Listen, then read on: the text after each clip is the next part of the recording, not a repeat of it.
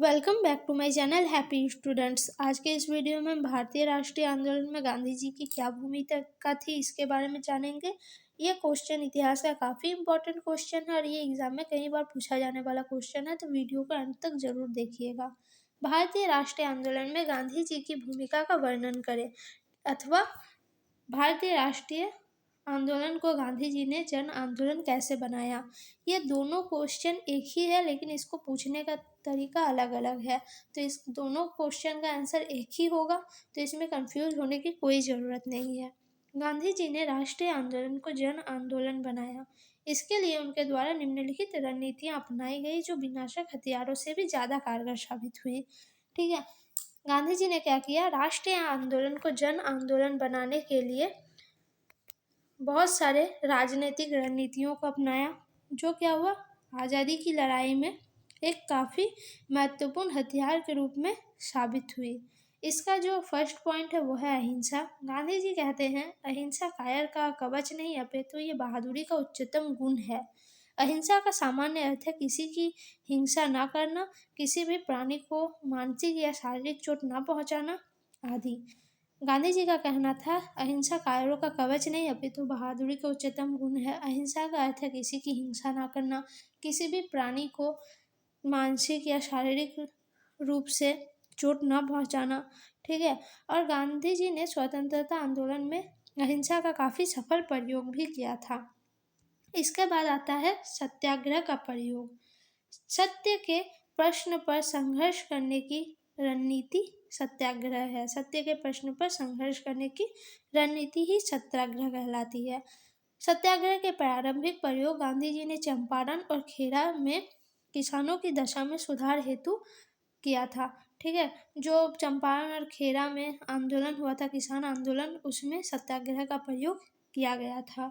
तीसरा जो पॉइंट है वह है हड़ताल का सफल प्रयोग।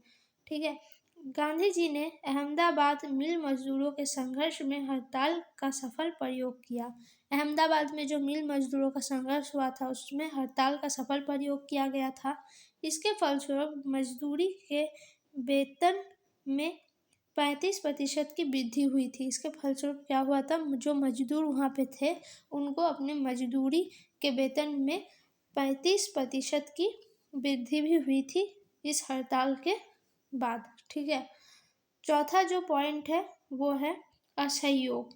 इस आंदोलन ने रणनीति में प्रत्येक स्तर पर सरकार का विरोध एवं बहिष्कार करना था। इस आंदोलन का जो रणनीति था उसमें क्या था, सरकार का जो भी कदम होगा हम उसी का विरोध और बहिष्कार करेंगे। गांधी जी ने 1920 ईस्वी में असहयोग आंदोलन प्रारंभ किया। इसमें जनता ने बढ़ चढ़कर पूर्ण उत्साह से भाग भी लिया था। ठीक है, यह आंदोलन कब शुरू हुआ था, 1920 को, और इसमें सभी लोगों ने, भारतीयों ने हिस्सा लिया था। पांचवा जो पॉइंट है वह है सविनय अवज्ञा आंदोलन। सरकार के कानून को विनम्रता पूर्वक मानने से मना करना। 1930 ईस्वी में गांधी जी ने नमक कानून को भंग करके सविनय अवज्ञा आंदोलन की शुरुआत किया। जो दांडी मार्च हुआ था और नमक कानून को तोड़ा गया था, उसके बाद 1930 में यह आंदोलन शुरू हुआ था। और इसमें क्या होता था, सरकार के कानून को विनम्रता पूर्वक मानने से मना करना। ठीक है, 6 नंबर जो पॉइंट है वह है स्वदेशी और बहिष्कार। उन्होंने स्वदेशी को अपनाया तथा स्वयं चरखा चलाया तथा खादी वस्त्र पहनने और विदेशी वस्तुओं का बहिष्कार किया।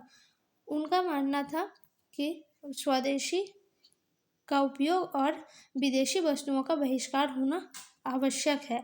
इसलिए उन्होंने क्या किया, चरखा से अपना खादी वस्त्र बनाया और विदेशी वस्तुओं का बहिष्कार करने के लिए लोगों को भी प्रेरित किया, लोगों को भी प्रार्थनाएं की कि वो भी उनके साथ आए। 7 नंबर जो पॉइंट है वो है संघर्ष तैयारी और संघर्ष की रणनीति। जन आंदोलन को और अधिक व्यापक और नियंत्रित करने के लिए गांधी जी ने संघर्ष तैयारी, संघर्ष की रणनीति का आविष्कार किया। जब सक्रिय संघर्ष नहीं चल रहा हो तब रचनात्मक कार्य द्वारा लोगों को आंदोलन से जोड़े रखना। क्या हुआ था, जब सक्रिय संघर्ष नहीं चल रहा है, यानी कोई आंदोलन नहीं चल रहा तब भी लोगों को एक दूसरे के साथ जोड़े रखने के लिए कुछ कुछ काम उन्होंने किया था। पहला जो काम है वो है हिंदू मुस्लिम एकता को बनाए रखने का प्रयास करना। उन्होंने हिंदू मुस्लिम एकता को बनाए रखने का हमेशा प्रयास किया। दूसरा जो था छुआछूत के खिलाफ लोगों को जागरूक करना।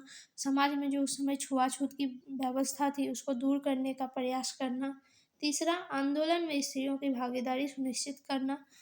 जो राष्ट्रीय आंदोलन हो रहे थे उस समय, उसमें स्त्रियां भी भागीदार बने, इसके लिए भी काम करना।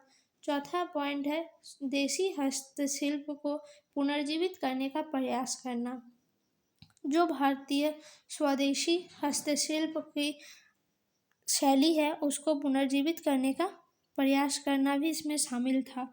इस प्रकार गांधी जी ने सभी वर्गों के लोगों को स्वतंत्रता आंदोलन में शामिल कर स्वतंत्रता आंदोलन को जन आंदोलन बना दिया। इस प्रकार क्या था, गांधी जी ने अपने जितने भी आंदोलन थे उसमें क्या किया, लोगों को स्वतंत्रता आंदोलन में शामिल कर लिया और स्वतंत्रता आंदोलन को एक जन आंदोलन बना लिया। और यही था उनकी भारत के स्वतंत्रता में भूमिका। ठीक है, राष्ट्रीय आंदोलन में उनकी यही भूमिका थी।